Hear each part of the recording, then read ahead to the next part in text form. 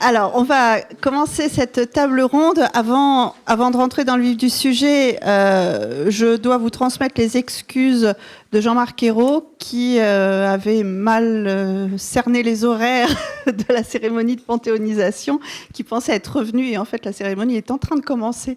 Donc fatalement, il ne peut pas être parmi nous ce soir. Il m'a dit que c'était pas très grave puisque de toute façon l'ambassadeur Vimont pourrait dire exactement la même chose que lui. Voilà, donc sans vous mettre de pression. Voilà, donc il s'excuse, il vous transmet à tous ses excuses. Alors, on a à peu près 1h30 pour traiter de ce thème, l'action internationale de l'Europe, une diplomatie plurielle avec des regards croisés.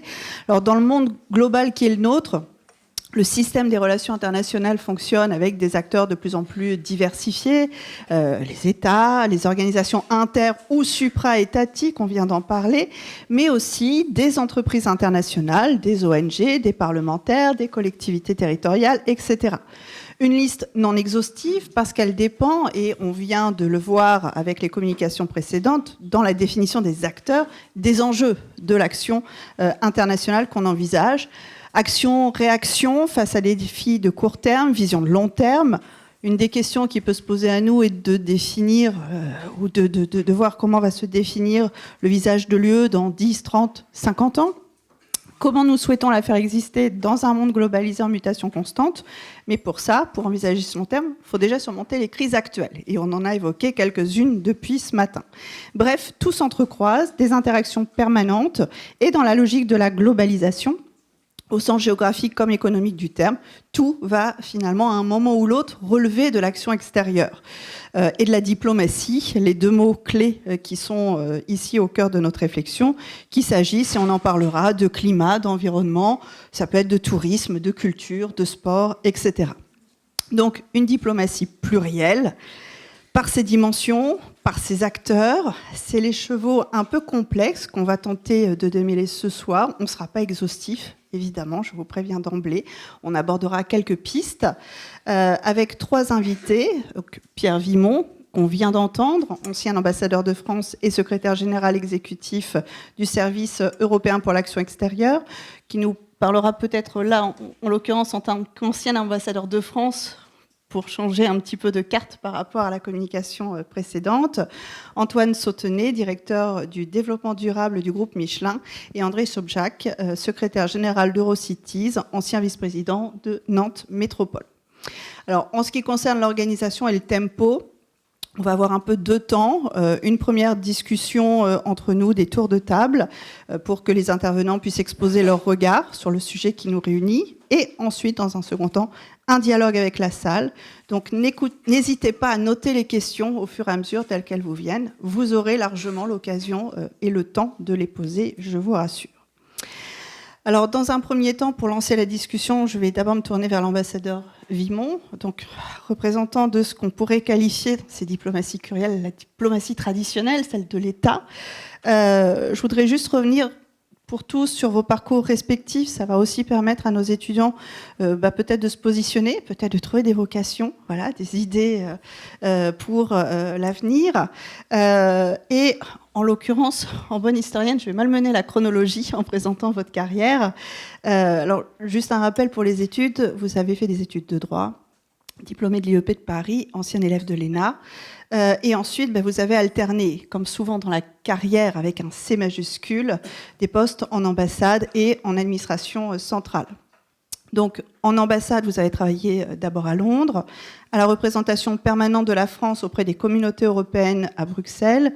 Vous avez été ambassadeur représentant permanent de la France auprès de l'Union européenne à Bruxelles de 1999 à 2002 et ambassadeur de France aux États-Unis de 2007 à 2010. À l'administration centrale, vous avez été en poste à la direction du développement et de la coopération scientifique, technique et éducative, à la direction des relations culturelles, scientifiques et techniques, et vous avez été directeur de la coopération européenne aux affaires européennes et économiques.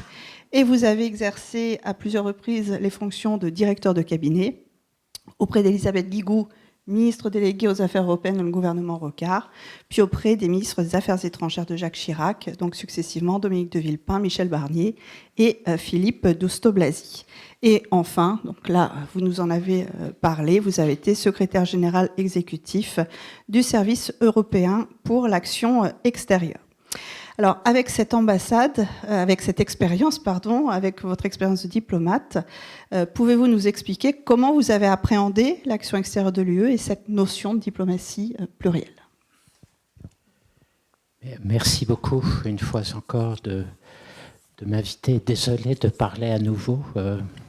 Je vous promets que je ne vais pas être trop long et de vous laisser poser beaucoup de questions, parce que c'est ça qui est intéressant au fond. Quand vous m'avez très aimablement demandé de parler des acteurs diplomatiques, je dois vous avouer que j'avais pendant un moment un problème en me demandant, mais au fond, qu'est-ce qu'on attend de moi? Et puis en réfléchissant, je me suis aperçu que ce soit sur l'Europe ou sur la diplomatie nationale, au fond, ce que nous vivons, nous autres diplomates, et c'est d'ailleurs un immense avantage, je vais faire un peu de réclame pour ce métier si jamais ça vous tente, c'est l'extraordinaire diversité, au fond, de ce qu'on fait. Vous avez été trop aimable, vous avez voulu retracer ma carrière qui n'a pas grand intérêt. Ce qui est intéressant, c'est que vous commencez, enfin dans mon cas, on commence à Londres, et vous, entre autres, s'occuper de la politique britannique, c'est-à-dire c'était le dossier de l'Irlande du Nord en particulier, et de beaucoup d'autres choses. On me ramène à Paris pour me faire porte-parole de l'Union européenne sur des sujets que je ne connaissais pas du tout, mais sur lesquels il faut se plonger. Puis c'est la coopération, puis c'est Bruxelles et l'Union européenne. Et donc, cette diversité-là, elle vous oblige peu à peu, vous former un peu à des tas de métiers, je dirais presque, à comprendre la réalité des relations internationales, et c'est passionnant. Et la deuxième chose, alors que j'ai vécu au fil des ans, c'est que cette idée d'une diplomatie traditionnelle, refermée sur elle-même, dans un entre-soi où tout se passe entre diplomates nationaux qui parlent à des diplomates étrangers, qui parlent tous la même langue, un peu incompréhensible, protocolaire et autres, où on fait des notes verbales. Personne ne sait ce que c'est qu'une note verbale. Des papiers martyrs, des choses de genre. Au fond, moi j'ai vécu la fin de cette diplomatie-là, parce que d'abord la technologie a tout bouleversé, parce que des acteurs, et je pense que les membres de ce panel vous le diront beaucoup mieux que moi, beaucoup d'acteurs nouveaux sont arrivés sur la scène internationale, les entreprises, les ONG, etc., qui ont complètement bouleversé pas seulement le fond de ce métier, mais son organisation, sa manière de faire. Pensez une seconde, et je suis sûr que vous êtes tous au courant de ça, mais toutes les réunions annuelles, ces réunions multilatérales dites COP 21, etc., celle qui va se tenir au Brésil. Depuis maintenant, je crois que c'est 2009 ou 2010, c'était la COP de Copenhague, les organisations de défense de l'environnement sont là. Elles sont dans la salle et elles participent aux travaux. Moi, quand j'ai commencé mon métier, si on m'avait dit qu'un jour il y aurait des associations qui seraient là, assises à la table à côté des diplomates soi-disant professionnels, j'aurais trouvé ça très étrange et ça m'aurait beaucoup amusé, mais c'est la réalité aujourd'hui. Je pourrais même citer l'exemple de ce dont on a parlé tout à l'heure. Moi, quand je suis rentré dans le ministère des Affaires étrangères, on m'expliquait que jamais, au grand jamais, il ne faudrait laisser la Commission européenne s'intéresser aux questions de défense. Aujourd'hui, même si un certain nombre de chefs d'État et de gouvernement se plaignent des propos de Mme von der Leyen, la réalité est là, la Commission européenne est dans les questions de défense. C'est-à-dire qu'aujourd'hui, tout s'est ouvert et les acteurs viennent de toutes parts et je pense que c'est une très bonne chose. Et alors, pour vous donner toujours un exemple personnel, c'est que quand je suis arrivé pour la première fois à notre représentation permanente à Bruxelles, j'étais encore pétri de cette idée de la diplomatie classique. Et au bout de quelques mois, j'ai compris que tout ça était complètement fini. À Bruxelles, tous les jours, dans les groupes de travail où vous êtes, quand vous montez ensuite aux étapes suivantes où vous allez à ce qui s'appelle le Coreper, le comité des représentants permanents, etc. Les dossiers extrêmement techniques sur lesquels vous travaillez, la pollution automobile, la question du maillage des filets de pêche, la politique agricole commune, etc. Tout ça, vous devez apprendre. Vous devez rencontrer les représentants des communes, des corporations, des communautés ou des secteurs de ces activités, et vous devez peu à peu comprendre que votre travail, c'est pas simplement envoyer vos notes à Paris et recevoir des instructions de Paris, mais que vous devez travailler avec énormément de monde qui est là, le monde professionnel, le monde industriel, le monde actif, avec lequel vous devez être totalement en contact. Et donc, cette espèce de dialogue permanent fait complètement partie aujourd'hui du métier. Enfin, à telle enseigne, pour vous donner un seul exemple, c'est que par exemple, quand on se battait, il y avait des négociations extrêmement difficiles à une époque sur le quota des voitures étrangères, qui étaient à l'époque, d'ailleurs c'était intéressant, c'était les voitures japonaises, la menace pour le secteur automobile français. Et vous ne pouviez pas parler pendant 2 heures ou 3 heures de ce dossier-là dans une réunion du Conseil des ministres sans que quelqu'un de la représentation permanente vienne vous dire est-ce que tu pourrais aller au téléphone parce que le représentant de Peugeot, de Citroën ou d'autres est au téléphone et veut absolument te parler pour t'expliquer sa position. Alors vous suivez pas, etc. Mais c'est ça la réalité. Et c'est une très bonne chose. C'est-à-dire que les diplomates ont dû complètement sortir de leur petit monde pour s'ouvrir à ces réalités-là. Alors ça, c'est le monde industriel. Mais j'allais dire, c'est la même chose le monde politique. Aujourd'hui, si vous êtes diplomate, vous devez vous préparer à être régulièrement réquisitionné pour aller parler devant telle ou telle commission parlementaire. À l'Assemblée nationale, au Sénat, au Parlement européen, où on vous convoque tout le temps pour vous demander qu'est-ce que vous êtes en train de faire. Et c'est normal.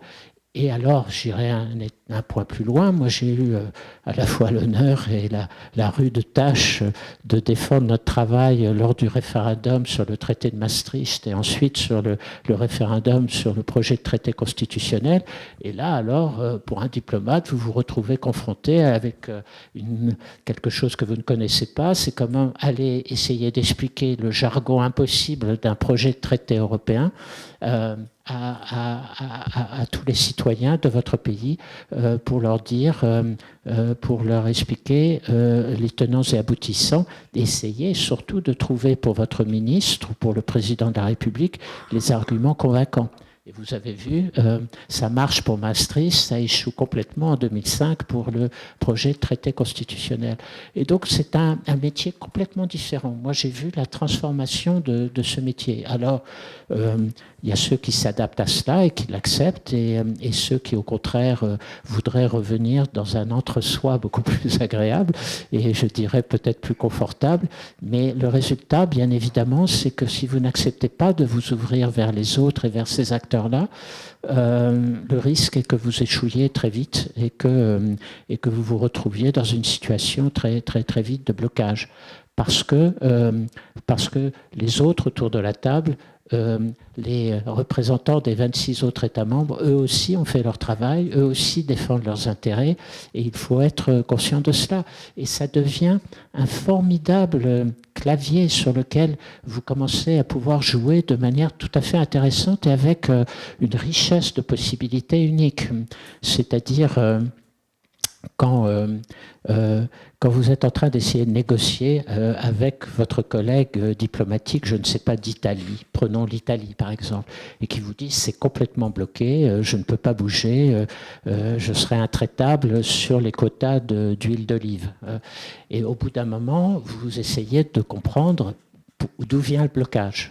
Alors déjà, vous allez interroger votre ambassade à Rome en disant, est-ce que tu peux m'expliquer pourquoi les Italiens sont si durs sur l'huile d'olive? Et puis vous allez parler avec votre collègue italien que vous connaissez bien, parce que vous vivez tous les jours ensemble à Bruxelles. Et au bout d'un moment, votre collègue italien ou votre ambassade à Rome vont vous dire que le ministre est l'élu d'une circonscription où l'huile d'olive est pratiquement la production monopolistique dans la région. Et là, vous commencez à un peu mieux comprendre qu'il y a un vrai problème politique. Ça peut être autre chose, hein, j'invente. Mais c'est comme ça que vous commencez à comprendre un peu mieux en discutant. Et alors, vous avez mille manières de faire évoluer les choses. Vous essayez de jouer la carte politique, ou vous allez voir les producteurs d'huile d'olive français en leur disant, parlez à vos collègues, au lieu de venir m'embêter et de me dire de rester ferme, peut-être aidez-moi à faire un travail diplomatique intelligent en allant voir vos homologues italiens et en essayant de voir avec eux si vous n'avez pas une manière de trouver un accord. Et donc c'est là où, pour reprendre votre expression, la pluralité des acteurs diplomatiques est tout à fait remarquable, parce que c'est exactement ce qu'on vit aujourd'hui.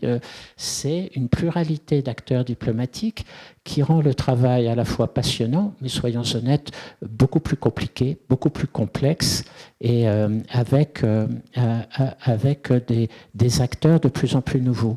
J'ajouterais, je vous promets que c'est le dernier point, parce que je trouve que c'est intéressant de vous faire part aussi de ces nouveaux acteurs qu'on voit apparaître aujourd'hui dans le cadre de la diplomatie qui reste la diplomatie de la paix et de la guerre.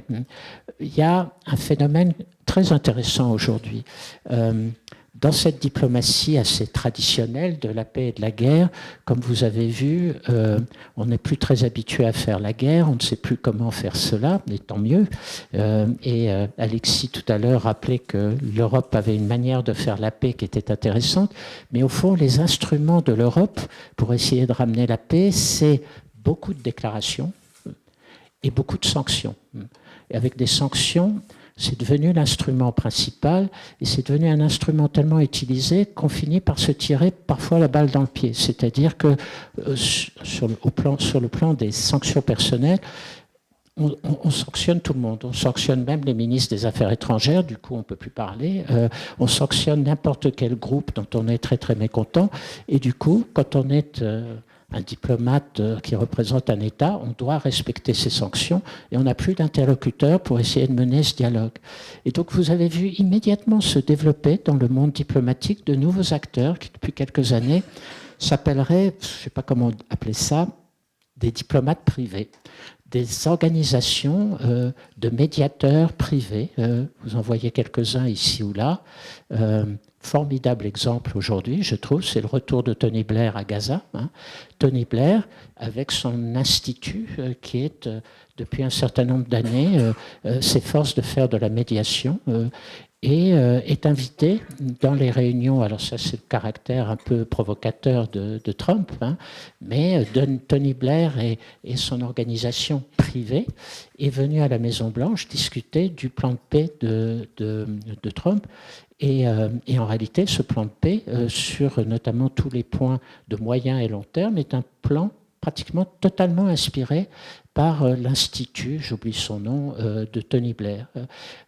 Comment réorganiser Gaza, comment administrer Gaza, comment faire la reconstruction et les réparations à Gaza. Et puis, ils y ont ajouté aussi, ça c'est plus contestable encore, comment traiter du problème palestinien dans une troisième étape et sur le long terme. Eh bien, vous avez de plus en plus d'acteurs de ce type. Et d'autres, parfois, qui sont très utiles pour la diplomatie publique, qui sont des gens qui peuvent avoir des contacts avec des groupes divers qui sont sous sanction et avec lesquels, donc, nous autres diplomates, nous ne pouvons pas travailler. Le Boko Haram au Nigeria, certains groupes djihadistes du Sahel, le Hamas, pendant un certain nombre d'années, avant qu'on vous parle de tentatives de médiation de la part du Qatar et de l'Égypte, pour les pays européens, c'était à travers des organisations privées de ce type qu'on pouvait faire passer des messages au Hamas, comprendre quel était leur état d'esprit, parce que nous ne pouvions pas avoir accès à eux, puisque depuis 2006, nous nous étions interdits de dialoguer avec le Hamas. Donc là encore, au-delà même de la diplomatie économique, dans cette diplomatie très géopolitique, nous avons de plus en plus d'intermédiaires. Et c'est comme ça que personnellement, j'ai découvert, maintenant que je suis à la retraite, qu'il y a un foisonnement d'activités diplomatiques privées. Alors les Américains appellent ça les track 1, 1.5, 2.0, etc., où on mélange d'anciens fonctionnaires, des chercheurs, etc., qui se réunissent entre représentants de pays qui ne se parlent plus pour voir s'ils peuvent faire avancer les choses. Là, le résultat est souvent assez limité, mais c'est une manière de maintenir un canal de communication, un canal de contact, et de pouvoir ainsi faire ensuite rapport aux États membres, car bien évidemment, ces activités privées doivent être financées, et en réalité, elles sont financées par toute une série d'États souverains qui sont très contents d'avoir cette possibilité-là aussi. Donc, en conclusion, ça foisonne de toutes parts. Voilà.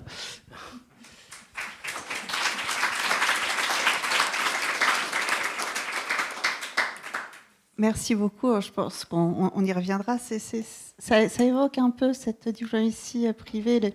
On appelait ça les sages. En 1956, Jean Monnet était un sage avec Plowden. Voilà. Il y avait des petites choses comme ça. C'était peut-être des prémices, mais c'est vrai qu'on voit un peu cette idée. Ils sont un peu dépassés aujourd'hui par les... Oui. Oh, Jean Monnet n'est jamais dépassé. Je vais me tourner maintenant vers Antoine Sautonnet.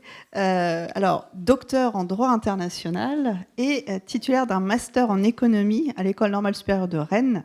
Vous êtes directeur du développement durable du groupe Michelin, en charge de l'orchestration de la performance RSE du groupe dans ses dimensions sociales et environnementales. Alors, la responsabilité sociale des entreprises, c'est la contribution volontaire des entreprises aux enjeux du développement durable. Je pense qu'on va en reparler aussi juste après. Et vous nous expliquerez aussi peut-être un peu cette dimension. Mais il faut aussi rappeler qu'au sein du groupe Michelin, vous avez aussi occupé les postes de responsable des affaires publiques et du commerce international en Amérique du Nord, en Asie, en Europe. Vous avez peut-être fait partie de ceux qui téléphonaient pour défendre des intérêts dans les négociations. Et vous êtes aussi président de la commission énergie et climat de la Chambre de commerce internationale et membre du Conseil national pour le développement de la solidarité internationale. Et enfin, vous êtes enseignant dans de multiples universités et chercheur associé au Centre Asie de l'IFRI, l'Institut français des relations internationales. Alors, vous me permettrez l'expression, avec vous, on va toucher à ce qu'on appelle un peu la diplomatie d'entreprise. Voilà, un deuxième type de diplomatie. Donc, pouvez-vous nous expliquer comment une entreprise comme Michelin, mais aussi comment vous, individuellement, vous lisez, vous participez à cette action extérieure de l'UE. Quels objectifs, quels leviers, voilà, quels sont un peu les mécanismes? Parfait, merci beaucoup et bonsoir à tous. Alors j'avoue que ce n'est pas d'une extrême simplicité de prendre la parole à la suite de Monsieur l'ambassadeur Vimont, donc on va essayer de faire au mieux. Et je me suis aussi interrogé sur, au fond, le pourquoi, en tout cas l'articulation entre le rôle d'une entreprise et la question diplomatique. Et effectivement, de faire finalement le lien entre, même d'un point de vue personnel, entre les travaux académiques qui ont pu être les miens il y a maintenant plus de 10 ans et le travail que j'ai pu mener un tout petit peu au Quai d'Orsay, mais surtout au sein de Michelin. Et au fond, j'ai ressenti un certain nombre de fils rouges que je voulais exprimer avec vous, autour de, au fond, la question de l'exportation du modèle normatif européen. Alors, ce n'est pas forcément très à la mode, vu le contexte actuel, mais le sentiment, en tout cas persistant, que l'Union européenne a encore un rôle à jouer, en toute hypothèse, sur cette question de normes, y compris sur ces normes liées à la responsabilité sociétale des entreprises. On a un contexte qui est, on appelle maintenant beaucoup de backlash, de retour en arrière sur ces questions ESG, pour environnement, social et gouvernance. Et au fond, l'Europe a encore ce rôle moteur, en tout cas je l'espère, et qui devra continuer à l'avoir dans les années à venir. Donc au fond, dans le travail que j'ai pu travailler collectivement chez Michelin, en tout cas on a pu entamer cette démarche-là. Effectivement, on a travaillé beaucoup au travers de l'action extérieure de l'Union européenne sur ces questions de RSE. Mais avant de comprendre, enfin en tout cas pour comprendre le rôle de Michelin au travers de l'action extérieure de l'Union européenne, il faut peut-être comprendre quelques éléments concrets sur ce que c'est que Michelin et pourquoi l'Union européenne a un rôle à jouer en tant qu'acteur international. Et pour comprendre ça, il faut avoir quelques idées au clair sur la couverture géographique du groupe. Michelin aujourd'hui, c'est environ 130 000 personnes, donc la ville de Clermont-Ferrand, ça tombe bien, et qui est répartie géographiquement principalement en Europe et en Amérique du Nord, un petit peu en Asie.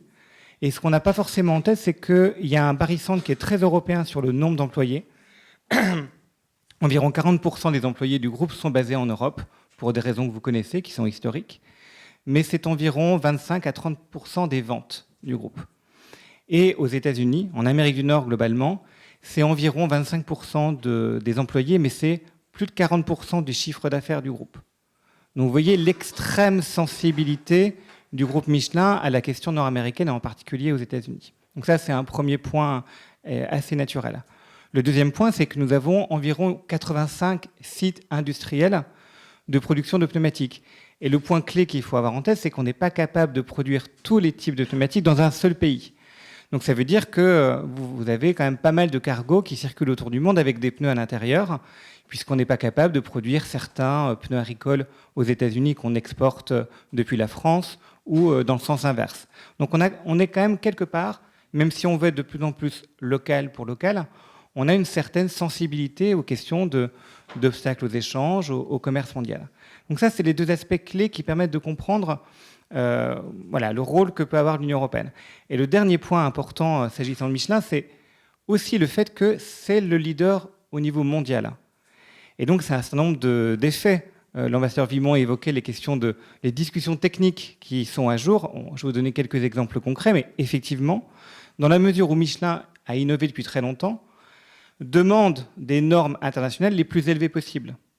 À la fois pour les questions de sécurité routière, assez basiques, mais aussi pour des questions de performance environnementale ou de performance sociale. Ce qui veut donc dire qu'il y a une forme de symétrie entre les engagements d'un groupe comme Michelin et l'action extérieure de l'Union européenne, notamment dans tous les travaux de normalisation. Donc ça, c'est des points de base qui permettent de voir comment Michelin peut travailler concrètement avec les acteurs européens. Nous avons déjà également une délégation au sein de l'Union européenne à Bruxelles avec 6 personnes qui font du lobbying auprès des acteurs européens, de la Commission européenne, du Parlement et du Conseil. Peut-être quelques exemples pour vous illustrer finalement comment ça marche et quelles sont les questions qu'on aborde quand on travaille sur les questions diplomatiques ou RSE au sein de Michelin avec les acteurs européens. Le premier sujet qui est le plus évident, c'est ce qui relève de la compétence exclusive de l'Union européenne, c'est évidemment la politique commerciale. Et la politique commerciale, évidemment, nous, comme je l'ai évoqué, on est très sensible à la question des obstacles aux échanges. Et donc, pour vous donner un exemple concret, on est, donc je vous l'ai dit, très présent en Europe et en Amérique du Nord, on est un peu présent en Inde. En Inde, nous avons une usine à Chennai, dans le Tamil Nadu. Nous avons une présence plutôt en R&D à Pune. C'est environ 2000 employés en Inde. La difficulté que nous avons, c'est que nous produisons que des pneumatiques sur le poids lourd. Donc des pneumatiques pour les bus et pour les camionnettes. Et voilà. Donc c'est un business un peu particulier. La difficulté à laquelle on fait face, c'est que en réalité, pour les pneumatiques tourisme camionnettes, c'est un très gros marché. L'Inde, c'est environ 50 millions de pneumatiques de voitures, enfin de voitures, donc de pneumatiques associées, et c'est 250 millions de deux roues. C'est un très gros marché pour les scooters, etc. Et la difficulté que nous avons, c'est que nous produisons que des pneumatiques poids lourds en Inde. Et donc, lorsque l'Union européenne a repris, entre guillemets, il y a eu une suspension, mais après une reprise de l'accord de libre-échange entre l'Union européenne et l'Inde en 2022, naturellement, la question s'est posée de comment on arrive à favoriser un flux plus normal, si je puis dire, avec des droits de douane à des niveaux corrects, puisque vous le savez, l'Inde est un pays protectionniste historiquement. Comment on arrive à débloquer un certain nombre d'irritants commerciaux avec l'Inde. Et donc ça a concrètement impliqué de nombreux rendez-vous à la fois auprès du ministère des Affaires étrangères, de la Direction générale des entreprises, du Trésor au niveau français, mais aussi directement auprès de la Commission européenne et de la délégation de l'Union européenne à Delhi. Et la réalité, elle est malheureusement assez crue, c'est que les marges de manœuvre sont très étroites. Et les pneumatiques, c'est un des sujets qu'on arrive parfois, on a quelques difficultés à le faire remonter au-dessus de la pile quand on parle de la relation stratégique entre l'Union européenne et l'Inde.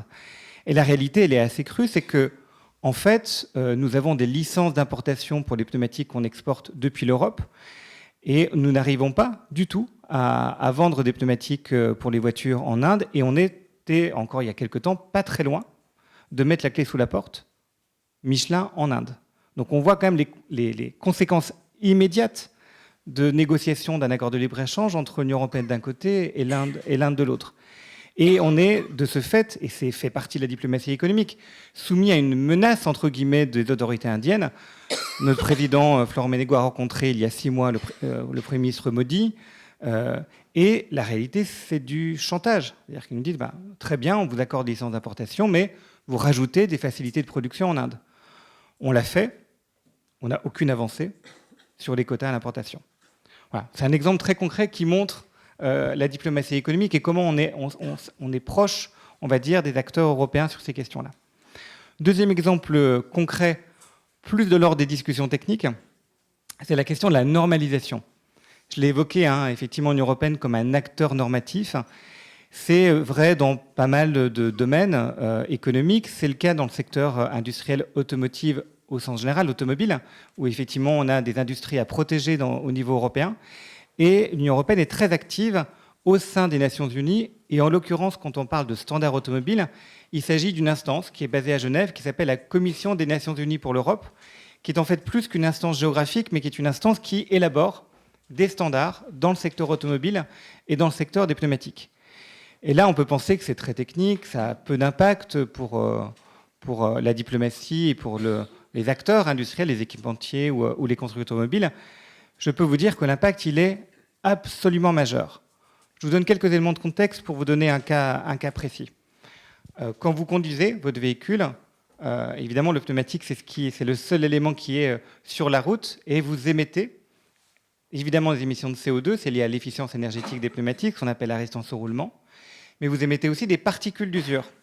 Donc des particules d'usure qui peuvent avoir un impact potentiel sur la santé et sur l'environnement. Ce qu'on appelle le phénomène d'abrasion. Donc des particules, on ne sait pas exactement où elles vont, mais on a un certain nombre de questionnements sur leur destination et leur impact. Très bien. Michelin, par rapport à ses concurrents, donc nous aussi, évidemment, on émet des particules d'usure. Et ces particules d'usure, quand on compare la performance des pneumatiques Michelin par rapport à d'autres, y compris des premiums, donc les premiums, les autres, c'est Bridgestone au Japon, c'est Goodyear aux États-Unis. En réalité, ils font beaucoup, beaucoup moins bien que nous. Il y a à peu près 30% d'écart entre ce que fait Michelin et ce que fait nos concurrents. Je ne vous raconte pas, alors effectivement, c'est plus le Japon, maintenant c'est la Chine, je ne vous raconte pas les concurrents asiatiques et chinois, où là, c'est évidemment bien pire. Et comment on traite cette question-là ? En fait, cette question-là, pour essayer de valoriser ce que fait des groupes comme Michelin, eh bien, on met en place des normes, des standards. Et les normes et les standards, c'est lié à Euro 7 au niveau européen, et vous avez un équivalent, un groupe de travail qui s'occupe de ce sujet-là à l'UNICE. Et en fait, la réalité, c'est que d'un point de vue normatif, normalisation, il y a 2 méthodes pour mesurer l'abrasion. Il y a une méthode en laboratoire. Là, c'est vraiment en laboratoire, on mesure l'abrasion des pneumatiques. C'est ce que poussent nos amis japonais. Et puis, il y a une méthode réelle, en conditions réelles, où c'est un convoi routier, 8000 km, et on mesure de manière réelle, dans les vraies conditions, l'abrasion des pneumatiques.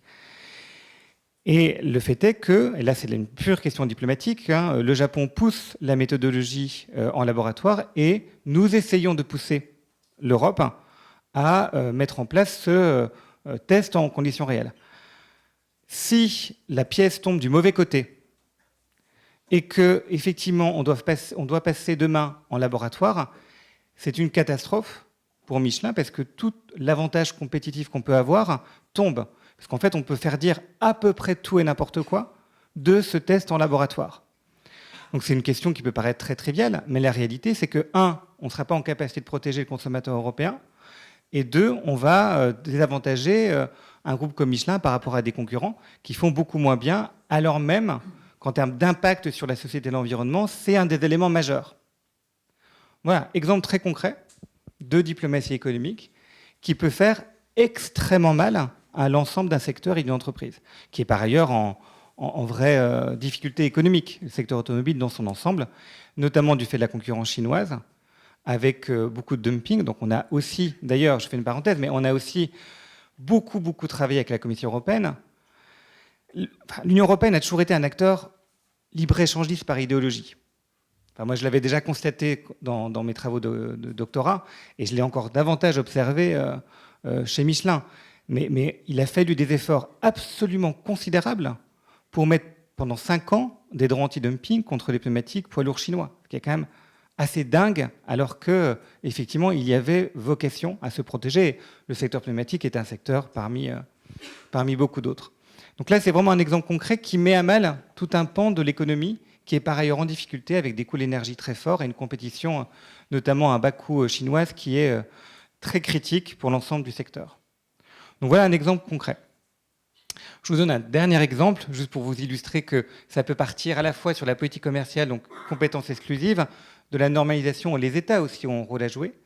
Et troisième exemple, plutôt de l'ordre de la politique agricole commune et des questions de transition écologique. Vous l'avez, je pense, entendu, il y a un règlement européen qui est en cours encore de discussion sur la déforestation. Okay, donc, règlement européen sur la déforestation. Nous, on a plutôt poussé, contrairement à nos concurrents, à ce que le caoutchouc naturel, comme le cacao, comme le café, soit dans cette réglementation sur la déforestation. Alors, cette réglementation sur la déforestation, c'est un cauchemar à mettre en œuvre. Parce qu'en fait, il faut que vous... Alors, peut-être quelques chiffres globaux que vous compreniez. Michelin tout seul, on fait vivre environ 1,5 million de planteurs villageois, ce qui est absolument considérable. Donc on a une responsabilité sociétale sur l'ensemble de la chaîne de valeur qui est absolument majeure. Par ailleurs, nous avons fait l'acquisition de certains certain nombre de concessions de plantation de caoutchouc naturel au Brésil, à Bahia, à peu près 9000 hectares, et on a racheté une concession en Indonésie sur 2 îles, Bornéo et Sumatra, notamment dans la province de Jambi, à peu près 90 000 hectares. Donc il a fallu mettre en œuvre cette réglementation européenne. Comment on fait concrètement? Il faut géolocaliser votre parcelle. Donc, c'est donc 1,5 million de petits planteurs. La surface moyenne d'une plantation, c'est 3 hectares. Donc vous imaginez la fragmentation de la chaîne de valeur. Ce n'est pas du tout le cacao ou le café, vous avez des coopératives. C'est très très morcelé, c'est des planteurs villageois. Donc il faut mettre en place une géolocalisation au niveau de la parcelle. Donc ça, c'est un premier cauchemar. Donc ça veut dire qu'il faut utiliser des drones, il faut utiliser beaucoup, on va dire, d'instruments techniques pour géolocaliser. Donc ça, on a fait tous les investissements nécessaires, on s'est mis en ordre de marche. Deuxième chose, il faut produire pour tous les mouvements, pour le transport maritime, ce qu'ils appellent les due diligence statements. Donc pour chaque transport, chaque cargo, il faut effectivement prouver qu'il y a eu cette géolocalisation qui est marquée dans un document. Et ensuite, il faut que cette documentation douanière soit inscrite dans des registres informatiques de la Commission européenne qui, pour tout vous dire, ne sont même pas prêts parce qu'ils ne sont pas en capacité de l'accueillir. Ça coûte environ 150 millions d'euros par an pour un groupe comme Michelin. Voilà. En plus, dans un contexte économique pas évident. Très bien, c'est un cauchemar, mais on est prêt à le faire. C'est très bien, zéro déforestation. D'ailleurs, c'était déjà le cas. Et ce qu'on a fait Michelin, et c'est pour ça que je trouve que c'est intéressant en termes d'Europe comme modèle normatif, on a décidé de le faire. Vraiment, c'est les flux des pays tiers vers l'Europe. En fait, on a fait le choix de se dire, peu importe les flux, on va appliquer EUDR, cette réglementation de déforestation, partout dans le monde. Que ça vienne de l'Indonésie pour aller vers les États-Unis, on n'a pas cette réglementation-là applicable, c'est pas grave. On considère que cette réglementation européenne a vocation à être mondialisée. Parce qu'on a besoin de faire level playing field, on a besoin de règles de jeu équitables. Plus c'est multilatéral, mieux c'est pour un groupe comme Michelin. Et donc ça nous coûte très cher, c'est cauchemardesque à mettre en place. Mais le plus dramatique dans cette histoire-là, c'est qu'on a eu un premier report il y a 1 an et qu'on s'oriente vers un nouveau report là, dans quelques mois. Et donc c'est la double peine, si je puis dire. C'est-à-dire qu'on fait tous les efforts pour mettre en œuvre cette réglementation, on le fait au niveau mondial, et potentiellement ce ne sera même pas appliqué. Donc tout l'avantage, je dirais, compétitif qu'on aurait pu valoriser, si je puis dire, y compris auprès des clients, tout ça tombe complètement. Donc à la fois les objectifs de politique agricole, les objectifs d'aide au développement ne sont pas si évidents, et d'un point de vue économique, c'est malheureusement plus cauchemardesque que ce qu'on aurait pu imaginer a priori. Donc voilà, je vous donne 3 exemples, compétences exclusives, les questions de normalisation et les questions de déforestation.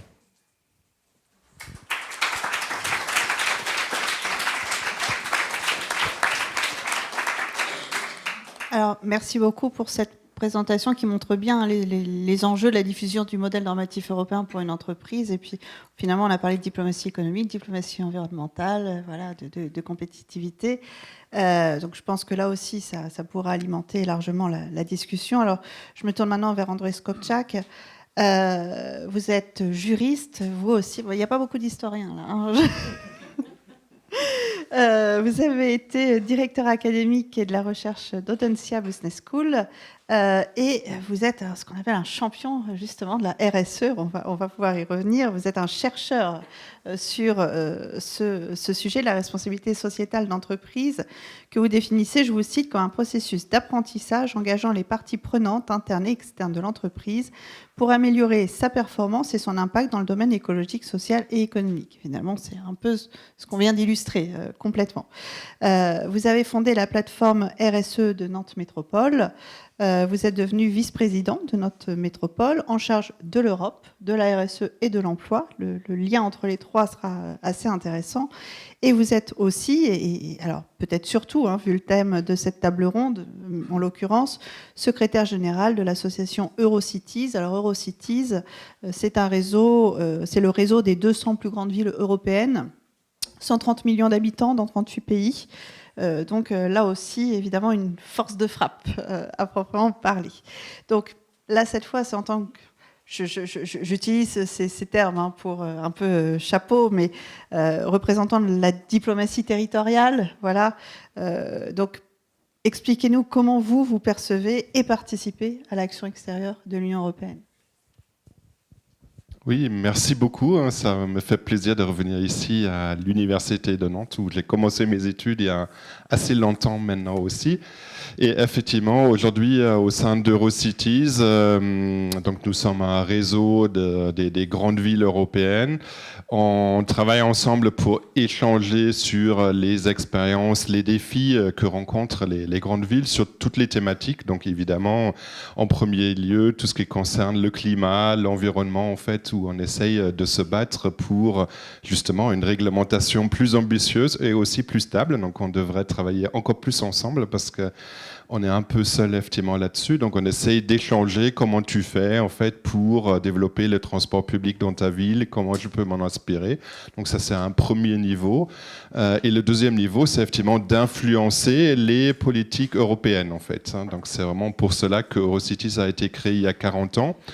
Et on a à Bruxelles, où on est localisé, une équipe de 100 personnes qui, effectivement, essayent, comme vous au niveau des entreprises ou comme vous au niveau de l'État, en fait, d'influencer ces politiques européennes.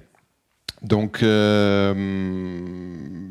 lundi, mardi, par exemple, on avait organisé un grand événement au Parlement européen de Strasbourg où on avait amené 15 maires et maires adjoints en fait, de notre réseau pour échanger avec 3 commissaires et 20 membres du Parlement européen en fait, dans différentes bilatérales pour leur dire nos attentes par rapport à un certain nombre de sujets. Donc on a échangé avec la vice-présidente Ribera en charge du climat notamment, et on leur a dit, nous on interroge nos maires sur leurs priorités, et depuis 3 ans, l'action climat, ça reste la première priorité. Les 2/3 des maires des grandes villes européennes disent que la première chose qu'on doit faire en tant que maire, c'est de lutter contre le changement climatique et d'adapter notre ville au changement qui de toute façon existe déjà et qui va encore se renforcer les prochaines années. Et pour cela, on a besoin d'une politique européenne très forte, ambitieuse et surtout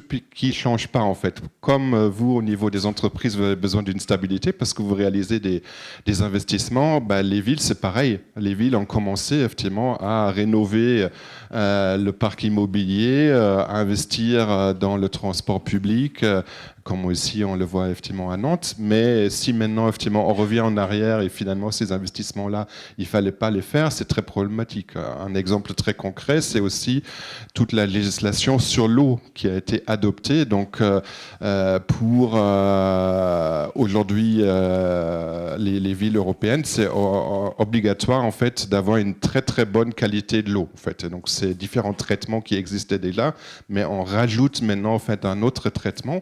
Et le principe qui avait été adopté, en fait, qui a été voté dans le précédent mandat du Parlement européen, c'était que les industriels doivent financer en fait ces nouveaux traitements en fait de l'eau, parce que il y a beaucoup de particules fines, notamment effectivement par l'industrie chimique et cosmétique, effectivement, qui sont responsables, et quelque part c'est pas très logique que ce sont les contribuables, en fait, nous tous qui devons payer, et les collectivités qui ont la responsabilité de fournir à vous tous, effectivement, de l'eau qui est bonne pour votre santé, et pas les industriels. Donc les villes, effectivement, ayant su cette législation, ont investi effectivement dans ces nouvelles usines, et c'est des centaines de millions en fait, pour une ville en fait de faire un tel investissement, en disant de toute façon on va obtenir des financements de la part des industriels parce que c'est la législation européenne. Sauf qu'en fait on voit que depuis quelques mois effectivement il y a un très grand lobbying de la part d'entreprises, alors pas vous mais d'autres effectivement entreprises qui utilisent effectivement tous les leviers en fait pour dire non, il faut revenir en arrière en fait. Donc là, effectivement, nous, on essaye de se dire, non, en fait, il faut effectivement défendre l'intérêt général, parce qu'en plus, effectivement, les villes sont dirigées par des maires qui sont élus, et ce sont en général les élus qui ont le plus de confiance encore de la part des citoyens, contrairement parfois en fait aux élus au niveau national ou même européen en fait. Donc ça, c'est effectivement un travail en fait qu'on mène au jour le jour, avec plus ou moins de succès. On a l'impression quand même qu'il y a une compréhension que les villes ont un rôle important à jouer sur tout ce qui est environnement, climat. On dit que 70% des réglementations européennes sont appliquées dans les villes. Donc nous, notre grand discours, c'est de dire les villes ne doivent pas être uniquement là pour appliquer des normes européennes qui ont été adoptées par d'autres, les États en général et les parlementaires européens, mais on veut avoir notre siège autour de la table pour dire au préalable qu'est-ce qui marche et qu'est-ce qui ne marche pas, parce que comme vous, parfois on note aussi qu'il y a beaucoup de bureaucratie et des choses en fait qui sont très compliquées. Et souvent, on essaye d'expliquer à la fois aux États et aux institutions européennes que c'est pas parce qu'on considère que les villes sont plus intelligentes en fait que les autres, mais qu'on a cette expérience de terrain et on veut juste effectivement pouvoir dire au début, mais attention, si vous faites ça, ça va pas marcher en fait sur le terrain en fait, et c'est beaucoup trop compliqué. Actuellement, un grand dossier pour nous, c'est le prochain budget européen. Et là, justement, c'est intéressant aussi par rapport à ce que vous avez dit, ambassadeur Vimont, sur effectivement les grandes négociations. Et on a plutôt l'impression qu'il y a une volonté de redonner le pouvoir au niveau des États. Pour faire court, en fait, actuellement, en fait, on prépare le prochain budget de l'Union européenne pour la période 2028-2035, donc c'est sur 7 ans, donc c'est un peu à l'avenir, donc c'est très très important, c'est pas juste pour une année, mais c'est pour 7 années. Et le projet actuel en fait prévoit en fait de dire qu'on va fusionner beaucoup de fonds en fait qui étaient dans différents programmes dans un grand pot en fait qui va être distribué entre 27 États nationaux. Auparavant, en fait, il y avait des régions, en fait, plus que les villes, en fait, qui avaient en fait une autonomie assez importante, en fait, pour beaucoup de projets, notamment pour les questions d'emploi. Vous avez dit que j'étais au préalable, effectivement, en charge de l'emploi.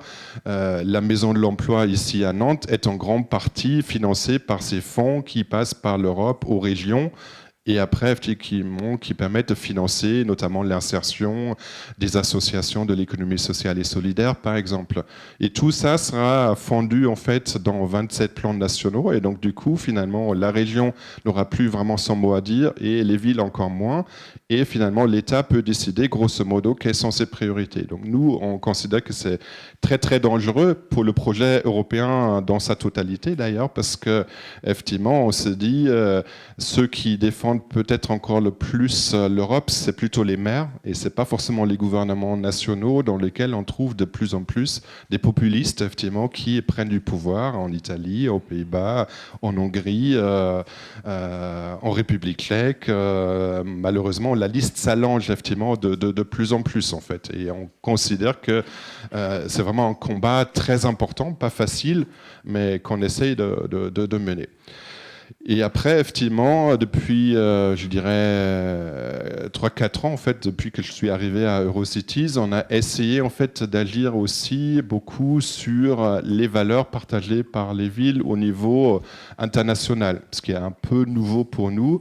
On a commencé avec l'Ukraine, en fait. Ma première mission en tant que nouveau secrétaire général m'a amené à Kiev avec 10 maires où, à l'origine, on voulait rencontrer le maire de Kiev, qui est d'ailleurs membre d'Eurocities, comme à l'époque, en fait, 3 autres villes. Maintenant, il y a une dizaine de villes qui sont membres d'Eurocities en Ukraine.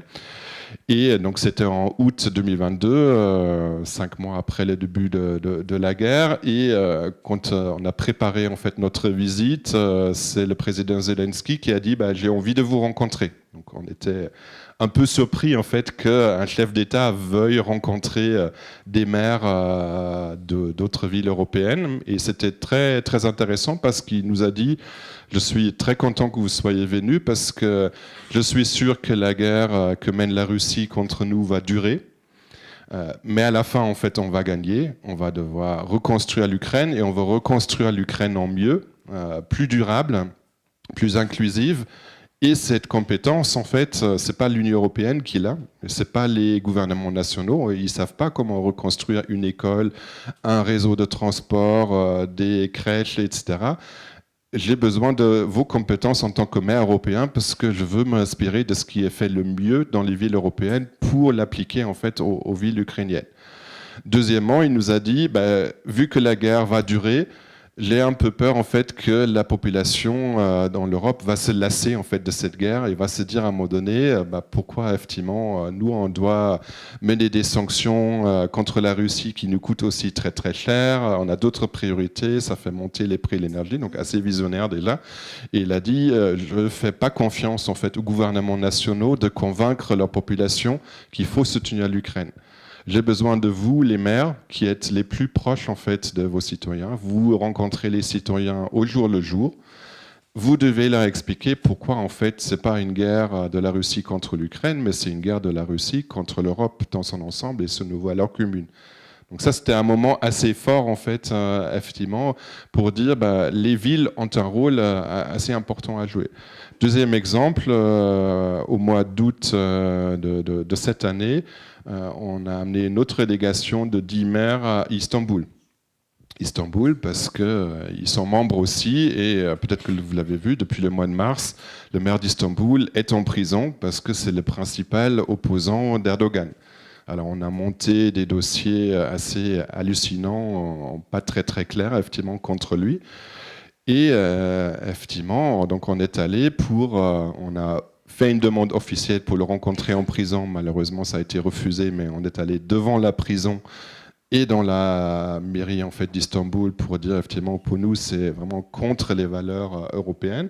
Et ce qui était intéressant, c'est que évidemment on avait prévenu auparavant le service extérieur de l'Union européenne. Il y a une délégation permanente là-bas, la plus grande en fait de l'Europe, 150 personnes représentant l'Union européenne effectivement qui sont là-bas et qui nous a dit oui c'est très bien que vous venez, c'est très important. Les médias d'ailleurs ils ont beaucoup parlé en fait de cette visite, mais comptez pas trop sur l'Union européenne pour dire quelque chose, parce que on a besoin d'Erdogan effectivement pour l'Ukraine, on a besoin de lui pour les migrants malheureusement, donc on voit très bien que c'est une violation de tous les principes de l'Union européenne, mais on dira rien et les États vont rien dire non plus.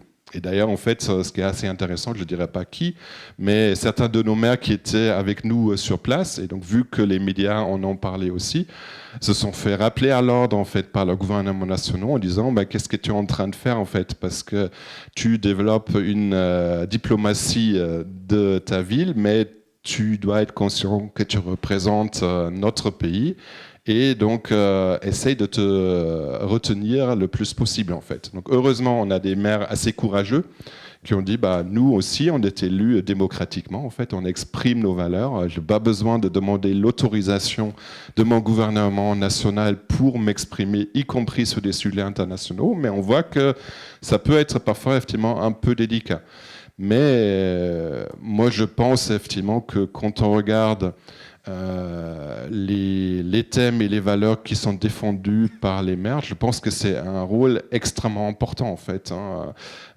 Et quand je disais par exemple que le climat est défendu par les maires, on a regardé s'il y avait une différence entre les maires de gauche et de droite. Il n'y en a pas en fait. C'est exactement le même développement. Et je rebondis, dernier point en fait, sur ce que vous avez dit sur la réglementation des véhicules et notamment effectivement les normes Euro 7. Je me rappelle très très bien effectivement. Donc nous on a dit il faut exactement comme vous en fait des normes assez strictes en fait par rapport à ça parce que c'est un enjeu de santé très très important et c'est très très bien.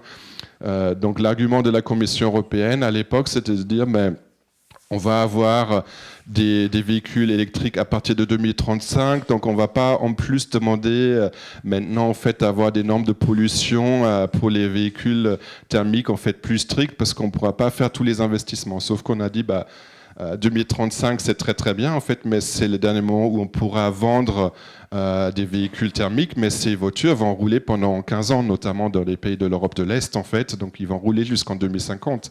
Et d'ailleurs en fait les normes, notamment effectivement les véhicules fines en fait liées aux pneus, sont encore plus importantes dans les véhicules électriques en fait, parce qu'un véhicule électrique est plus lourd avec la batterie, donc il y a encore plus de pollution en fait. Et effectivement, on était dans une de ces fameuses comités en fait que vous avez évoqué, Monsieur Vimont, effectivement, avec autour de la table, effectivement. Donc nous pour les villes, des ONG environnementales et les industriels et les syndicats aussi. Et c'était assez intéressant aussi de voir comment sont menées effectivement ces réunions en fait, parce que en l'occurrence le commissaire nous avait tous conviés, nous avait dit vous avez chacun 2 minutes en fait pour exprimer en fait vos idées, sauf que ceux qui ont commencé c'était malheureusement les industriels en fait, et ils n'ont pas du tout respecté leur temps de parole, donc ils ont parlé pendant 10 minutes, etc. Et ils étaient plusieurs, donc à un moment donné le commissaire a dit moi je dois m'en aller en fait, donc évidemment les ONG environnementales n'ont pas pu en fait prendre la parole en fait. Donc c'est aussi parfois effectivement un peu biaisé quand même en fait, et donc il y a beaucoup de choses en fait à faire. Je pense effectivement pour améliorer cette pluralité des acteurs, faire en sorte que on joue pas les uns contre les autres, mais ensemble en fait, parce qu'il y a beaucoup d'intérêts en fait en commun, et c'est peut-être ça en fait qu'on va pouvoir discuter maintenant dans un deuxième round. Oui, alors vous avez anticipé. Vous avez anticipé sur une question justement qui était un peu la deuxième que je voulais vous poser à tous les trois, mais c'est intéressant parce que là pour le coup vous allez peut-être rebondir tout de suite. Justement, ces types de diplomatie un peu différentes, ces acteurs différents, comment ça se passe sur le terrain? Partenaires, rivaux, un peu un pêcheur de tourner en rond. Je suppose que le diplomate officiel est parfois un peu justement gêné par ces prises de position. Voilà. Alors concrètement, comment ça se passe un peu au quotidien? Vous rebondissez sur... On vient d'attaquer les industriels. Non, merci beaucoup. Alors, je pense qu'effectivement, peut-être la base pour comprendre un peu l'action d'un groupe comme Michelin, je l'ai évoqué tout à l'heure, mais c'est l'importance du multilatéralisme. Donc, on est quand même très impliqué dans les instances internationales. Je pense notamment au Pacte mondial des Nations Unies, qui, vous le savez, a fixé les ODD, les Objectifs de développement durable. D'ailleurs, c'est le patron de Michelin qui dirige le Pacte mondial, le réseau France. Donc, on est très impliqué sur ces sujets-là. Mais au-delà de l'implication, au-delà des mots, en fait, je suis complètement pour rebondir sur ce qui a été dit. Je pense qu'il y a une vocation plus forte et de plus en plus à travailler en écosystème. Michelin tout seul, ou c'est vrai pour l'industrie en général, mais c'est aussi vrai des coalitions qu'on peut mener entre un groupe comme Michelin et des ONG ou d'autres acteurs qui ne sont pas des acteurs privés. Et en réalité, on le fait déjà. En fait, nous, on a déjà un partenariat avec, en particulier WWF, avec lequel on travaille sur ces questions de déforestation, où ils nous aident concrètement à aller sur le terrain et à réfléchir avec nous autour de... Voilà, on a 90 000 hectares à Jambi, comment on fait pour restaurer activement 15 000 hectares à l'horizon 2040 ? Ça, c'est des choses très, très concrètes. Mais ça va au-delà du partenariat technique. Sur cette question de déforestation, on était en contact pas plus tard que mercredi avec Éléonore Morel, qui est directrice de la FIDH, la Fédération nationale des droits humains. On est en train de regarder avec elle pour faire une lettre ouverte ONG entreprises, donc FIDH, WWF, des boîtes comme Ferrero, comme Barry Callebaut pour le cacao, justement pour demander à ce que la Commission européenne ne reporte pas, encore une fois, la réglementation européenne sur la déforestation. Alors je ne dis pas que tout est asymétrique et qu'on va s'associer, mais c'est de plus en plus intéressant. On a eu des discussions assez poussées avec WWF pour, y compris imaginez-vous, des rendez-vous en commun auprès des différents cabinets ministériels. Donc ça commence à émerger, et c'est un travail qu'on mène évidemment aussi avec eux dans les COP, les fameuses COP. Alors moi je suis de plus en plus circonspect sur les COP climat. C'est devenu quand même un très gros cirque où les entreprises font des démonstrations d'e-pilotage. Ça n'a quand même pas un intérêt absolument fou, pour être honnête. C'est plus intéressant pour les COP biodiversité, notamment celle qui a eu lieu à Montréal, qui a abouti à l'accord Kunming-Montréal, où il y a eu des engagements assez forts sur la préservation des 30% notamment, et le fait que toutes les entreprises devaient faire des analyses de dépendance et d'impact sur la nature. Là, c'est plus intéressant de travailler sur ces COP biodiversité, où je trouve le bon exemple, où on travaille avec des ONG et d'autres associations professionnelles, c'est toute la négociation sur la pollution plastique, que vous avez peut-être suivi. Il y a eu des négociations, donc c'était le 5e round de négociations à Busan, à Séoul, en décembre 2024. Il y a un dernier round de négociations, qu'on appelait 5+2, donc c'est toujours les tracts, mais le 5+2 à Genève, qui malheureusement n'a pas abouti parce que vous avez je dirais, un écart trop important entre ceux qui souhaitent aller plus loin dans cette pollution plastique pour aborder l'ensemble du cycle de vie et d'avoir des règles contraignantes, non seulement sur la production des produits, mais aussi sur le recyclage, toute la circularité finalement des plastiques, versus les pays producteurs de pétrole, Russie, Arabie Saoudite, qui sont vent debout, et malheureusement on n'a pas pu obtenir d'accord. Et ça, c'est un exemple typique et intéressant parce que on pourrait considérer que Michelin, typiquement, on est dans le champ.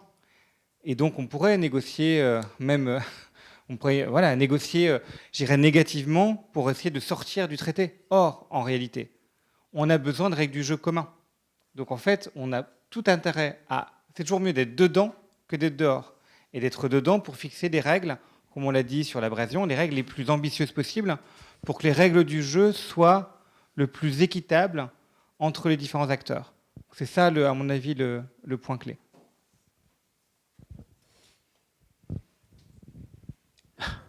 Non, je veux bien, je ne viens pas du monde de l'entreprise, et j'avais un peu envie de poser une question politique à tous les deux. Moi, ce que je trouve très intéressant dans ce que vous apportez comme réflexion, c'est une piste de sortie de ce qui est aujourd'hui devenu un dilemme chez beaucoup d'acteurs politiques, c'est-à-dire ce qu'on a vu ces dernières années sur le Green Deal européen, avec beaucoup de normes, en effet, déforestation, notamment sous l'influence du Parlement européen, qui a joué un très gros acteur, et puis la réaction d'un certain nombre, j'allais dire, de pays producteurs, africains ou autres, qui ont dit, par exemple, sur la déforestation, je ne peux pas suivre, et donc si ça continue comme ça, eh bien je trouverai d'autres preneurs de mes produits, Chine, bien évidemment, ou autres, et la raison pour laquelle un certain nombre d'États membres sont prêts à revenir et à retarder la mise en œuvre de ces règlements, c'est parce qu'ils sont confrontés à cette réalité-là de leur politique commerciale. Et donc, ce que je trouve très intéressant, c'est que, à certains égards, on aurait pu penser que les entreprises sont dans le rôle du méchant mais c'est pas du tout le cas. Vous êtes en réalité les vertueux face à des gouvernements qui, eux, sont confrontés de manière très pratique à une réalité politique, et ils essaient de trouver des solutions. Ça, c'est la première question. La deuxième, c'est sur les normes. Je suis très frappé là aussi de voir que ce sont les États qui aujourd'hui sont en train, dans le système européen, de demander à ce qu'on revoie les normes, qu'on se donne plus de temps, là aussi, voire qu'on revienne sur les normes en matière de pollution automobile, etc., retarder la date, etc.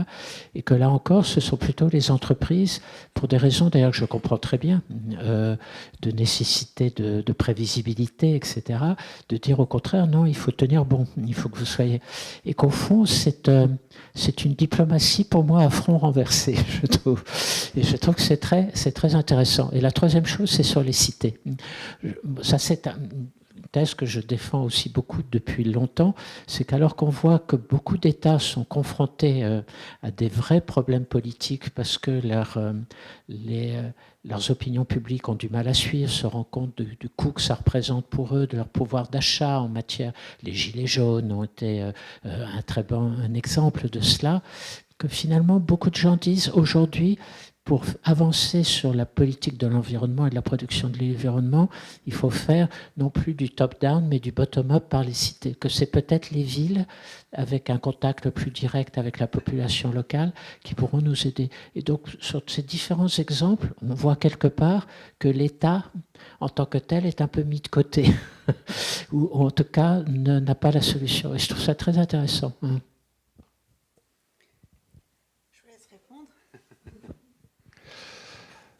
Oui, si je suis honnête, effectivement, je pense effectivement que aujourd'hui, on a besoin à la fois du niveau européen parce que on ne peut pas résoudre tout au niveau des villes.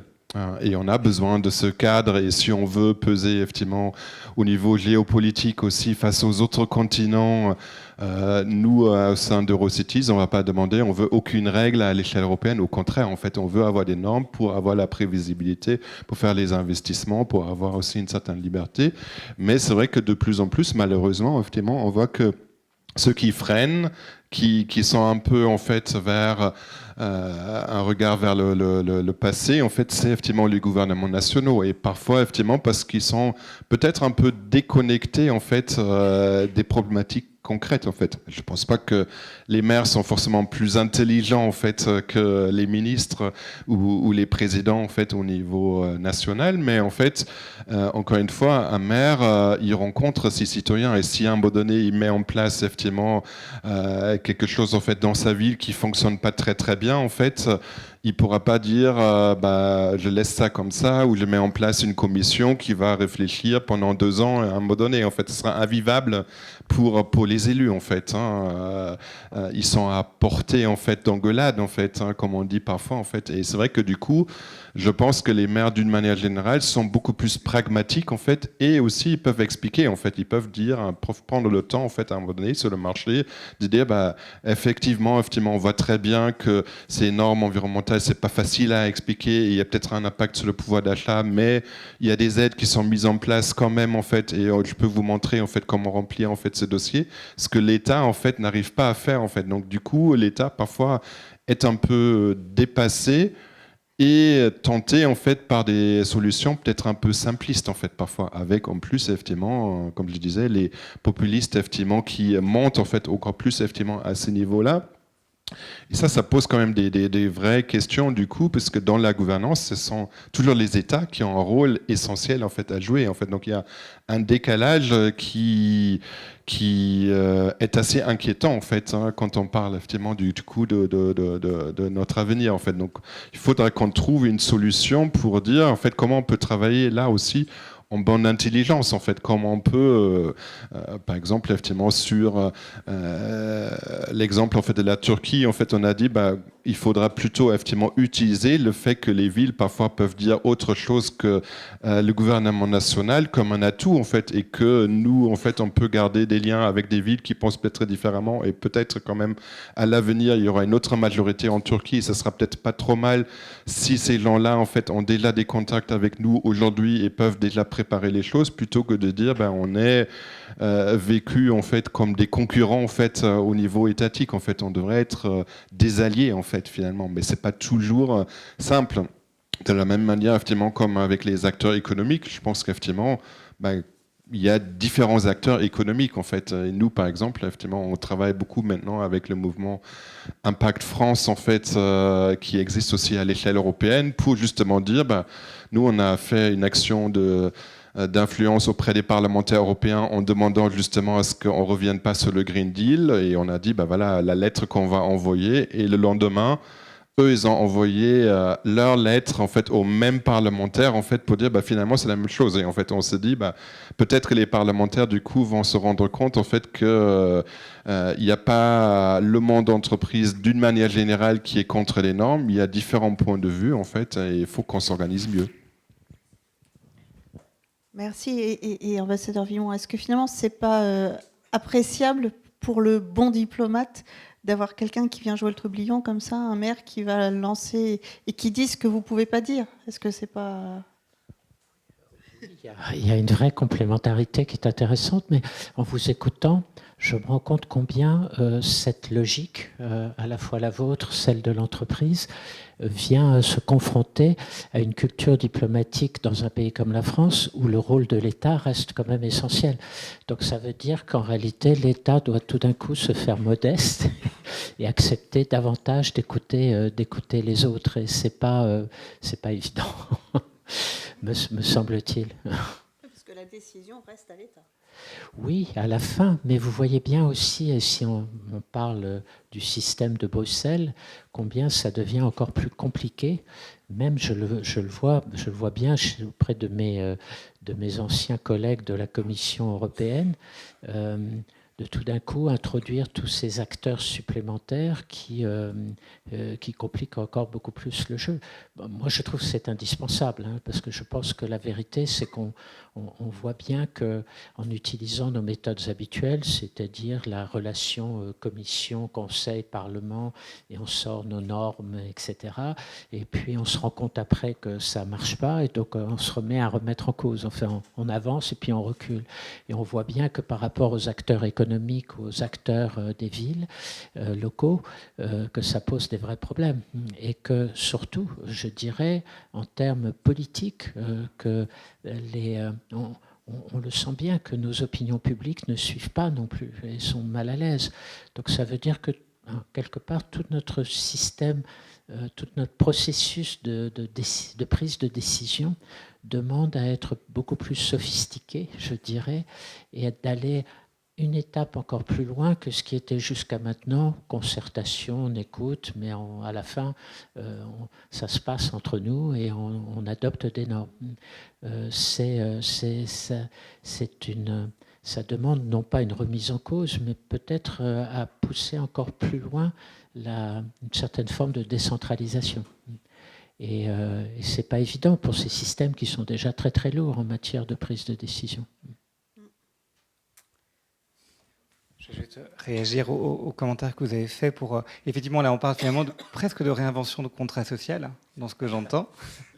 Non, juste pour réagir à ce que vous avez évoqué, pour vous donner des exemples, toujours sur cette question de déforestation, peut-être un élément de surprise, moi, quand j'avais échangé avec les gens de la Commission européenne, j'étais un peu surpris c'est très bien, le zéro déforestation, entre nous, c'est que de la traçabilité, ça ne veut pas dire qu'on change la vie des villages, des planteurs villageois. Ça, c'est quand même un point important. Et puis surtout, au fond, le zéro déforestation ne s'est pas pensé en articulation avec l'aide au développement. C'est-à-dire que finalement, il y a des effets contre-productifs à ce type de réglementation, notamment en termes de politique d'aide au développement. Pour avoir discuté, par exemple, la Thaïlande avait une autorité qui permettait d'avoir un mapping déjà géolocalisé de toutes les plantations. L'Indonésie, pas du tout. Que fait l'Indonésie? Vu que c'est très compliqué à mettre en œuvre, elle se remet à faire de la production d'huile de palme qu'elle multiplie par 3, par 4. Et donc, au fond, l'impact environnemental, malheureusement, il est très, très négatif. Donc, il y a là une question d'articulation entre les objectifs d'aide au développement, les questions écologiques, et le positionnement, je dirais, stratégique de l'Union européenne. Et au fond, c'est vrai que c'est un gros mot, mais que je me permets d'utiliser. J'ai l'impression que l'Union européenne a réfléchi sur les questions de soutenabilité, de durabilité, sans y accoler le mot de souveraineté. Et c'est tous les enseignements du rapport Draghi, de ce point de vue-là. Et donc c'est ça qui nous manque aujourd'hui. Et c'est vrai que sur la question des normes, alors oui, on essaie de jouer un rôle positif. Cela étant, la réalité, c'est qu'on se prend de plein fouet la logique de bloc. C'est-à-dire qu'en fait, on a des blocs qui se mettent en place, ce modèle normatif européen, des États-Unis qui retournent en arrière de manière dramatique, y compris sur des sujets importants comme les questions de diversité, d'inclusion. de fait, on ne communique plus. Ça ne nous empêche pas d'agir, mais on ne communique plus. Et puis la Chine qui avance très très très vite sur les questions d'énergie renouvelable de manière autoritaire, avec une planification assumée. Et au fond, c'est assez compliqué, dans cette logique de bloc, de s'y retrouver et de pouvoir naviguer. Et donc, la réalité, elle est plutôt celle-là, en fait. Le chaos, entre guillemets, politique fait beaucoup de mal. Et évidemment, il y a eu les questions de l'Iran en 2016 qui nous avaient interrogés, avec l'accord nucléaire 5+1 iranien début 2016, évidemment l'invasion en Ukraine. Donc, évidemment, on est dans le champ aussi du droit international, mais ce chaos-là, il a un impact immédiat sur un acteur économique. Et malheureusement, c'est ça qu'on observe aujourd'hui et qu'on ne voit pas forcément s'arranger dans les mois, les années qui arrivent. Au fond, oui, j'en profite puisque j'ai le micro. La meilleure définition du temps dans lequel on se trouve aujourd'hui m'a toujours semblé être ce que dit Edgar Morin, la complexité. Que nous sommes face à... Alors ça paraît très simple comme ça et facile à dire, mais la vérité, c'est exactement ce que vient de dire Antoine. C'est-à-dire qu'aujourd'hui, pour un diplomate, la complexité des problèmes est telle qu'on ne sait plus très bien comment les appréhender. Vous m'aviez demandé, par exemple, de parler de la crise actuelle au Moyen-Orient. Et moi, ce qui me frappe actuellement au Moyen-Orient, c'est que se multiplie le nombre d'acteurs qui interviennent. Le dernier en date, qui devient vraiment envahissant et très intéressant, c'est la Turquie.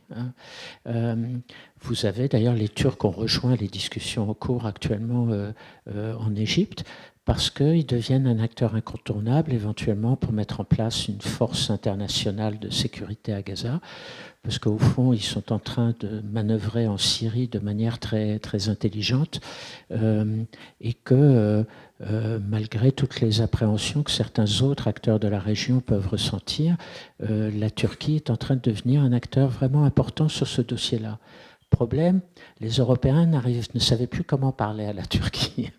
Et du coup, s'ils veulent eux-mêmes devenir un acteur pertinent dans les solutions de la crise au Moyen-Orient, à la fois le problème palestinien, mais peut-être de manière plus générale, la mise en place d'un ordre régional de sécurité au Moyen-Orient, la Turquie redevient un partenaire incontournable. Et au fond, on ne s'y est pas préparé, on n'a pas anticipé, on ne sait pas très bien faire. Et on pourrait, en restant simplement dans la géopolitique, donner 1000 autres exemples. Beaucoup de conflits aujourd'hui en Afrique, c'est plus simplement les parties, soit les États, soit les acteurs non étatiques qui sont là, mais c'est les principaux pays du Golfe, c'est l'Égypte, c'est la Russie, c'est la Chine aussi qui est là. Et donc face à ça, la diplomatie européenne, il faut qu'elle soit capable d'appréhender toute cette complexité et à partir de là, d'établir des contacts avec les uns et les autres, d'être tout le temps en négociation avec eux. Et on revient à ce que nous disions dans le panel précédent, cette diplomatie multilatérale avec 27 États membres, c'est extrêmement compliqué parce que en ce qui concerne la Turquie, la France avait vraiment un gros problème et ne voulait pas leur parler. L'Allemagne nous disait mais non, il faut quand même leur parler. La Grande-Bretagne essayait de jouer un rôle utile. Et donc on est en permanence, je dirais, à peu près à contre-pied, obligé de réfléchir et obligé, au fond, de se réinventer. Et ça, c'est passionnant, mais c'est compliqué. Complexité, une fois de plus. Oui, et pour la Turquie, la France a été mise en minorité au sein de l'OTAN après l'illumination de la frégate. C'est toujours classé secret absolu de l'OTAN, mais on sait bien que ça n'a pas tourné à l'avantage des Français. Alors, oui, on va passer la... Michel, tu passes le micro ? Oui, je passe. Excuse-moi, je ne voulais pas t'obliger à poser une question. On fera une première question de Stelios, puis ensuite Mais tu as le droit de poser une question. Ah bon ? J'en aurais. Non, je comptais poser une question concernant les opérateurs économiques, les acteurs économiques qui imposent au pouvoir politique malheureusement. Aux États-Unis, par exemple, tu as le 9 grands opérateurs qui vont de la Lune et partout, n'est-ce pas? Ça ne vous inquiète pas, ça, du point de vue, nous, Européens, n'est-ce pas, valeurs et tout ça. Donc, est-ce que ce n'est pas inquiétant quand même que le pouvoir économique maintenant prime sur le pouvoir politique et par la suite prime sur l'institutionnel? Mais comme vous avez évoqué la Turquie, je ne veux pas parler comme grec, mais comme européenne. Comment est-ce possible qu'un État, un gouvernement qui soutient toujours Hamas, qui se trouve sous sanction au niveau de l'Union européenne, si on n'applique pas ça, c'est une autre question. Demandez aux Grecs et aux Chypriotes pourquoi ils n'avancent pas, etc. Comment est-ce possible qu'un tel partenaire, disons, allié au sein de l'OTAN, puisse avoir une position valable sur l'avenir par rapport à la paix et aux valeurs? Est-ce qu'il n'y a pas de limites, il n'y a pas de contraintes dans cet réalisme des valeurs? On prend d'autres questions parce que déjà, là, on pourrait passer du temps, mais on va peut-être en prendre d'autres, parce qu'autrement, on risque. Alors, qui veut poser une question? Monsieur Vallas, des étudiants aussi peut-être, hein, n'hésitez pas, parce que je sens que... J'attendais pour passer après les étudiants. Non, il y aurait beaucoup de choses à dire sur l'exemple du Hamas. Attention quand même, la Turquie qui soutient le Hamas. D'abord, la Turquie, si l'Empire ottoman n'avait pas perdu pendant la Première Guerre mondiale, il n'y aurait pas eu de mandat britannique, il n'y aurait peut-être pas le même problème palestinien. Ça fait un titre d'action pour la Turquie aujourd'hui. Moi, j'ai une question facile pour Antoine et une question difficile. Mais en tout cas, il nous a montré un échec de la diplomatie européenne en parlant de l'accord avec l'Iran comme l'accord 5+1. Ça, c'est un contresens absolu, mais c'est l'approche américaine. Il faudrait l'appeler l'accord 3+3, ou E3/EU+3. Mais c'est une autre histoire. La question facile, c'est le pacte mondial. Qu'est-ce que ça implique concrètement parce que c'était très intéressant, vous avez été très concret. Le pacte mondial de l'ONU pour Michelin, il y a des obligations, pas de travail des enfants, pas de travail forcé, etc. Mais apparemment, il y a un groupe européen, donc ça implique des actions. Quelles sont-elles? Et puis, la question la plus difficile, je ne la retrouve pas. Donc, pour l'instant, je tout à l'heure. Une dernière question. Ah, on a un étudiant là, on va lui donner la priorité. Et puis après, on prendra une deuxième question ensuite. Bonjour et merci pour le micro.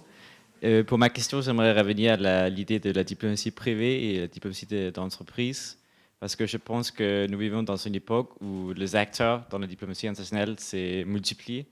Il y a la diplomatie de ville, il y a des entreprises, même de personnes privées, comme notamment Elon Musk, qui mène un peu sa propre politique extérieure, qui n'a rien à voir avec un État.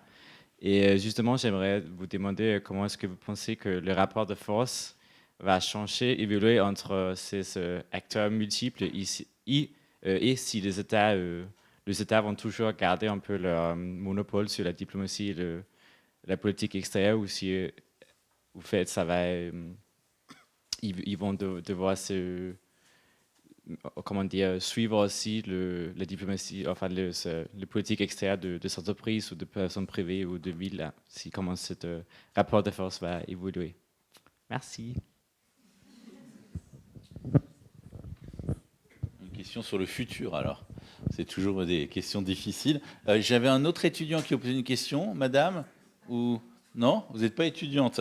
Alors, on va prendre un dernier étudiant, puis après on fera un tour, on vous donnera la parole, madame. Il est là.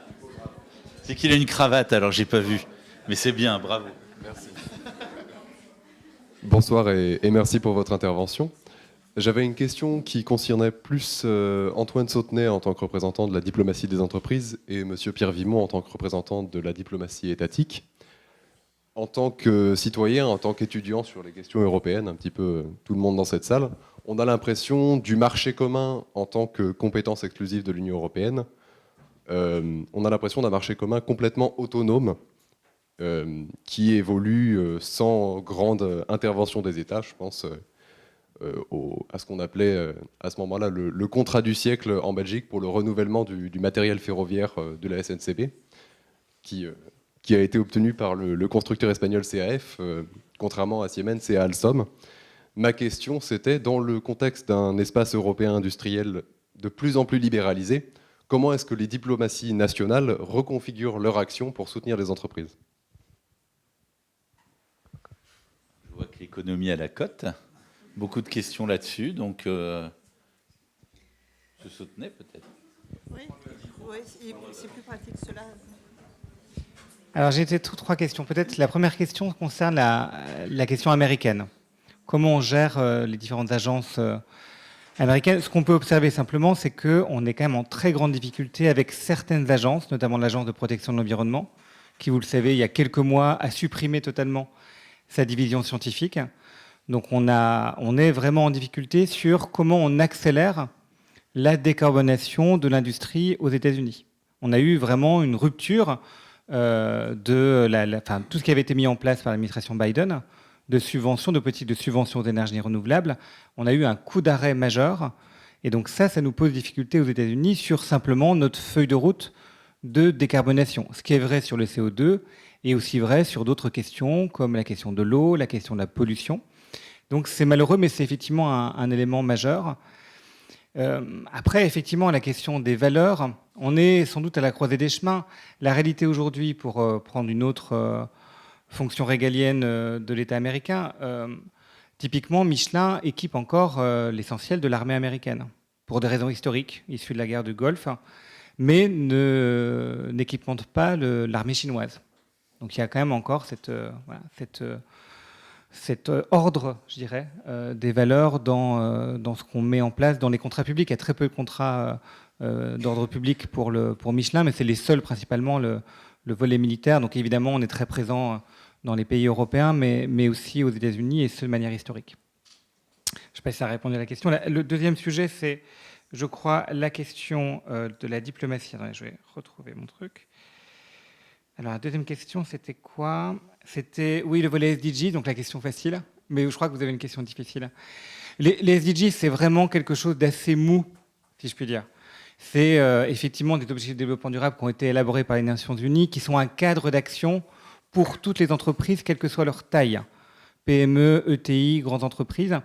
Et c'est très utile, notamment à l'échelle territoriale. Et là, on retrouve la question de la responsabilité territoriale. Et typiquement, le mandat qui est celui du patron de Michelin, c'est d'aller plutôt dans les territoires pour faire la promotion des SDGs auprès des entreprises dans les territoires. Et on a des ambassadeurs dans chaque grande région de France pour promouvoir les objectifs du développement durable. Mais l'approche est une approche très volontaire, un peu à l'opposé, en asymétrie par rapport à la CSRD, à toutes les réglementations européennes sur la durabilité. Donc ça, c'est assez clé. Évidemment, on a aussi une voix au niveau à New York, et on a une relation très étroite avec la coordination européenne qui vient d'être créée il y a quelques mois à Bruxelles et qui couvre en fait Europe et Amérique du Nord. Mais on est très proche, et on était avec les Nations Unies la semaine dernière et la représentante européenne. Sur la relation entre le privé et l'État, ça, je pense que c'est une question extrêmement importante. Et moi, il est hors de propos, je dirais, de dire que les entreprises ont vocation à remplacer l'État. J'ai donné l'exemple du cirque que j'ai pu observer à certaines COP. Les entreprises n'ont pas vocation à participer à des négociations climatiques. Il faut vraiment qu'on soit très au clair. Par contre, effectivement, ce qui est souvent demandé par le secteur économique en général, et c'est souvent comme ça qu'on le formule, c'est que les réglementations, elles s'interrogent sur le quoi et pas sur le comment. Donc de fixer des objectifs, mais finalement le comment, il dépend beaucoup de la capacité d'innovation, de la capacité économique à faire, et qui dépend beaucoup du secteur industriel, de l'économie en tant que telle. Et donc si on a une demande à faire, elle est plutôt de cet ordre-là. Mais les entreprises n'ont pas vocation à participer à un certain nombre de grands événements diplomatiques comme les COP ou le traité sur la pollution plastique. Pour poursuivre, toujours sur cette question de la relation entre les États et le privé, il y a d'abord, je ne veux pas je ne sais pas si c'est du réalisme ou quoi que ce soit, mais pour moi, c'est évident. Nous sommes aujourd'hui dans une époque où, compte tenu de l'importance des problèmes, y compris tout simplement l'aspect financier de beaucoup de ces problèmes, pensez à la reconstruction de l'Ukraine, à la reconstruction de Gaza, etc., les États ne pourront pas tout seuls le faire. Ils vont avoir besoin des capitaux privés.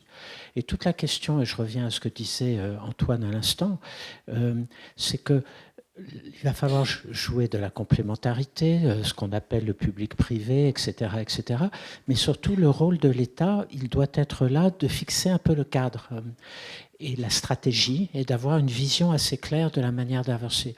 Or, c'est souvent là que les États sont défaillants et qui sont entrés, c'est mon idée personnelle là, depuis longtemps, j'en profite pour répéter, les États et la diplomatie étaient entrés dans un mode de gestion de crise. C'est la réponse au jour le jour. La capacité à la fois à penser à court terme et long terme a complètement disparu de beaucoup de nos actions diplomatiques aujourd'hui. Et c'est ça dont on a besoin. Et à la limite, les entreprises seraient très contentes qu'on leur dise « on a besoin de vous, on va travailler avec vous », mais ce sera dans ce cadre-là, tel que nous allons le définir au niveau européen, etc. Or, nous ne le faisons pas. Et donc, les entreprises, elles avancent.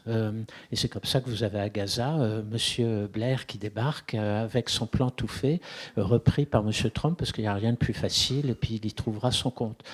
Si les États, à la fois les pays arabes, les Européens, et aussi, j'insiste, les autorités ou les représentants des Palestiniens ne sont pas capables de fixer un cadre, eh bien en effet, ça va être le chacun pour soi et ça va être la débandade. Et ça va être probablement très dramatique à la fin.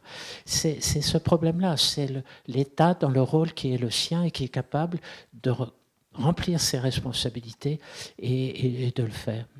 Et je termine juste sur la Turquie, monsieur l'ambassadeur. J'avais fait exprès pour vous amener à réagir. Pourquoi la Turquie? Bien évidemment, parce que c'est typiquement l'acteur compliqué pour nous tous, pour certains plus que pour d'autres. Mais que le propre de la diplomatie, c'est d'avoir le courage d'affronter ces problèmes. Et qu'il faut à la fois être capable d'être très ferme avec la Turquie, mais en même temps d'avoir et d'ouvrir un canal de dialogue avec eux et d'essayer d'avancer. Et je dirais, c'est mon sentiment aussi, c'est la même chose avec beaucoup d'autres, y compris avec probablement la Russie à un moment ou un autre. Et que si nous ne sommes pas capables de retrouver ce qui pour moi est la base du métier de diplomate, c'est-à-dire à la fois cette fermeté, d'avancer sur deux jambes, la fermeté, être capable de dire non, je suis en complet désaccord avec vous parce que vous violez le droit, etc. Mais en même temps, je veux continuer à vous parler parce que je pense qu'il faut avancer. C'est très difficile, hein, je suis le premier à le reconnaître. Mais si vous n'êtes pas capable de faire ça, peu à peu, vous devenez un acteur marginalisé et laissé de côté. Et j'ai un peu peur que sur un certain nombre de grands dossiers à l'heure actuelle, c'est un peu ce qui est en train d'arriver à l'Union européenne. Parce qu'elle est tellement fermée sur ses problèmes internes, sur ses divergences internes, qu'elle n'est plus capable de se fixer un cap et d'avoir une stratégie. Et ça, c'est embêtant. Merci. Je vous place la parole dans un instant. Juste quand même pour replacer les choses dans le temps, je ramène un peu d'histoire. Les interactions diplomatiques privées et publiques, elles sont anciennes. Hein. Michelin a pesé dans un autre temps sur la politique indochinoise de la France. Fortement, très très fortement. Elles se sont sans doute accentuées. Voilà, c'est une accélération un peu qu'on vit aujourd'hui. Elles se sont compliquées. Et puis dans tout ça, il y a un jeu complexe de compétences et de légitimité. C'est-à-dire que, et là je reviens au cas de Michelin en Indochine, il y a eu longtemps une compétence très particulière des représentants de Michelin en Indochine. C'était ma thèse, c'était il y a très longtemps. Parce qu'ils connaissaient le terrain, qu'ils étaient sur place, et que justement ce que vous disiez faisait écho, ils connaissaient les planteurs, ils avaient l'humain. Alors que, pour le coup, l'État français en Indochine était très peu représenté, c'était loin, il n'y avait pas cette connaissance fine. Alors qu'à l'inverse, et là, quand on parle justement de la question du Hamas, des choses comme ça, il va y avoir des connaissances peut-être plus fines parce qu'il n'y a pas de partenariat économique sur le terrain. Et donc, chaque acteur va amener sa complémentarité aussi en compétences, et c'est encore très compliqué, évidemment. Parce que la compétence dépend des nations aussi représentées, et l'UE, c'est un agglomérat d'expériences et d'histoires diverses. Pardon. Oui, je voulais juste rebondir sur comment les villes aussi essayent de travailler avec les entreprises au niveau de la régulation. Donc, un exemple où Eurocities s'est beaucoup battu contre Airbnb, par exemple, parce que la deuxième grande problématique après le climat, c'est le logement, évidemment, un logement abordable un peu partout. Et une des raisons, c'est pas la seule, évidemment, mais c'est aussi, effectivement, le fait que des acteurs comme Airbnb, en fait, ont pu se développer sans aucune régulation, en fait, et permettre, effectivement, de transformer des logements qui étaient avant utilisés par des étudiants ou des habitants de la ville pour des touristes, en fait, hein, avec du coup des acteurs, en fait, qui font ça d'une façon professionnelle, en fait. Donc on a dû se battre beaucoup, en fait, pour affronter, parce que quand chaque ville était tout seul vis-à-vis de Airbnb, ça fonctionnait pas. Donc à un moment donné, on a dit on utilise le réseau Eurocities pour tous parler ensemble, en fait, à Airbnb et à la Commission européenne, et on a obtenu quand même, en fait, effectivement, là, une régulation qui permet, effectivement, d'avoir beaucoup plus de données, en fait, sur les locations, effectivement, de courte durée, et de permettre aux villes, en fait, de réguler, en fait, quartier par quartier, vraiment d'une façon très fine.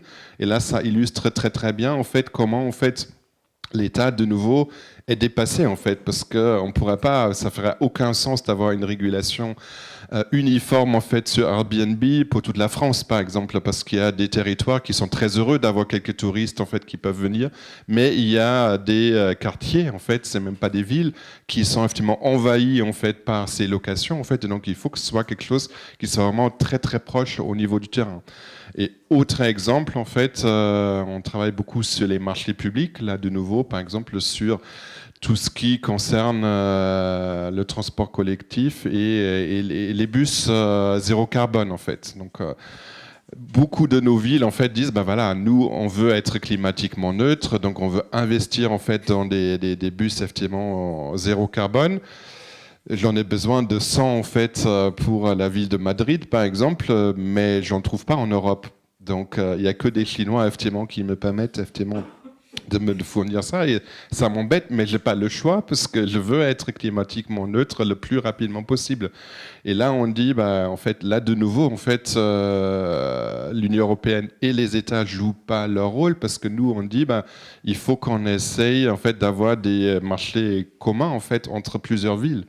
On a calculé, en fait, avec Eurocities, dans les 10 prochaines années, il y a 600 000 bus zéro carbone qui vont être achetés par nos membres. S'il y en a 600 000 bus, en fait, qui vont être achetés dans les 10 prochaines années, je suis sûr que les acteurs de l'automobile peuvent se dire peut-être que ça vaut la peine, effectivement, de construire des usines, en fait, en Europe. Et on a du mal, en fait, encore à changer les choses. On veut bien comprendre, effectivement, que ça nécessite une réforme, en fait, de la commande publique, mais ça tombe bien, il y en a une qui est prévue, en fait, l'année prochaine. Donc, essayons d'être pragmatiques, en fait, là, de nouveau, en fait, pour dire, voilà, on n'a pas besoin des bus différents, en fait, dans chaque ville pour créer des coûts qui servent à rien. Et essayons de construire une usine, en fait, des industries, en fait, en Europe. Je sais pas, mais 600 000 bus, ça fait combien de pneus, monsieur Sautenay? Ça fait beaucoup de pneus. Mais oui, alors il est 7 heures. Ça va être difficile de continuer, malheureusement, et de reprendre peut-être une autre série de questions, parce qu'on devait déjà finir à 18h45. Puis on a beaucoup travaillé aujourd'hui. Donc je pense que tout le monde doit être épuisé, les étudiants comme les enseignants. Alors je pense qu'on peut à nouveau remercier tout de même nos 3 intervenants.